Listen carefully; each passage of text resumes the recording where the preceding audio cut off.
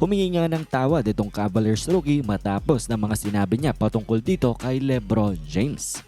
Well, bago natin pag-usapan nga yan kanyang mga sinabi, ay eto nga munang balita, update patungkol kay Luka Doncic.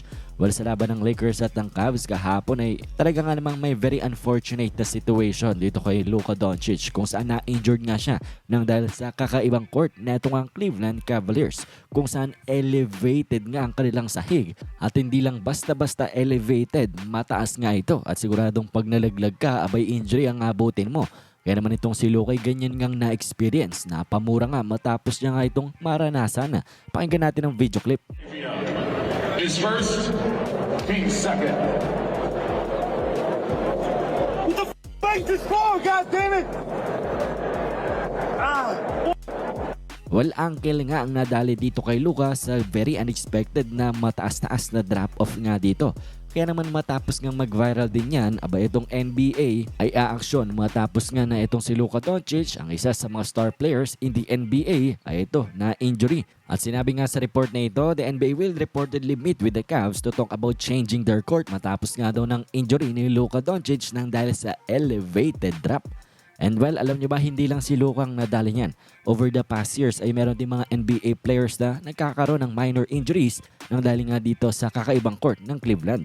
So definitely this needs to change nang dahil hindi nga safe for the players. At ngayon ay atin ang pag-usapan ng Cleveland Cavaliers rookie na si Jalen Tyson na nagsorry. Humingi nga ng tawad dito kay LeBron James pati na rin sa mga fans na hindi nga nagustuhan ang kanyang ginawa matapos nga ng pagbibigay tribute kay LeBron.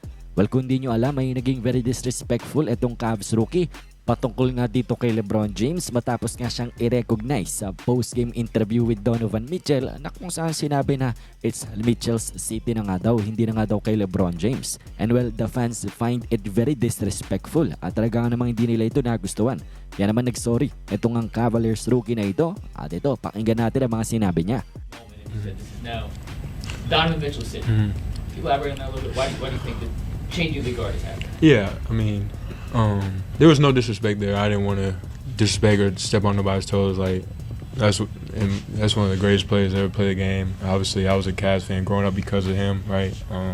I didn't want to take away him, but I just wanted to give Don his flowers. That was my biggest goal in it. And if I offended anybody or anybody got mad about it, I'm sorry. I take personal responsibility, but I just want to give the man his flowers because we want to do the same thing that Bron and them did here. We want to do that with him as our leader. Well, mukhang ang pagbalik niya sa locker room ay nasabihan siya ng kanyang mga teammates pati na rin ng kanilang mga coaches na talagang hindi magandang kanyang sinabi. Very special moment pa naman sana yun with LeBron James kasama ang kanyang pamilya na nandun sila sa Ohio, nandun sila sa Cleveland kung saan doon nag-umpisa itong si LeBron James at kung saan doon din nagdala ng kampyonato itong si LeBron. Kaya naman overwhelming ang love na naramdaman na itong ni LeBron. Kaso itong Cavaliers rookie abay biglang dinisrespect out of nowhere itong si LeBron. Kaya nga ito nagsorry at mukhang napagalitan pagbalik sa locker room. Anyways, kayo ba ano bang masasabi nyo dito? Anong inyong opinion? Komento nyo lamang yan.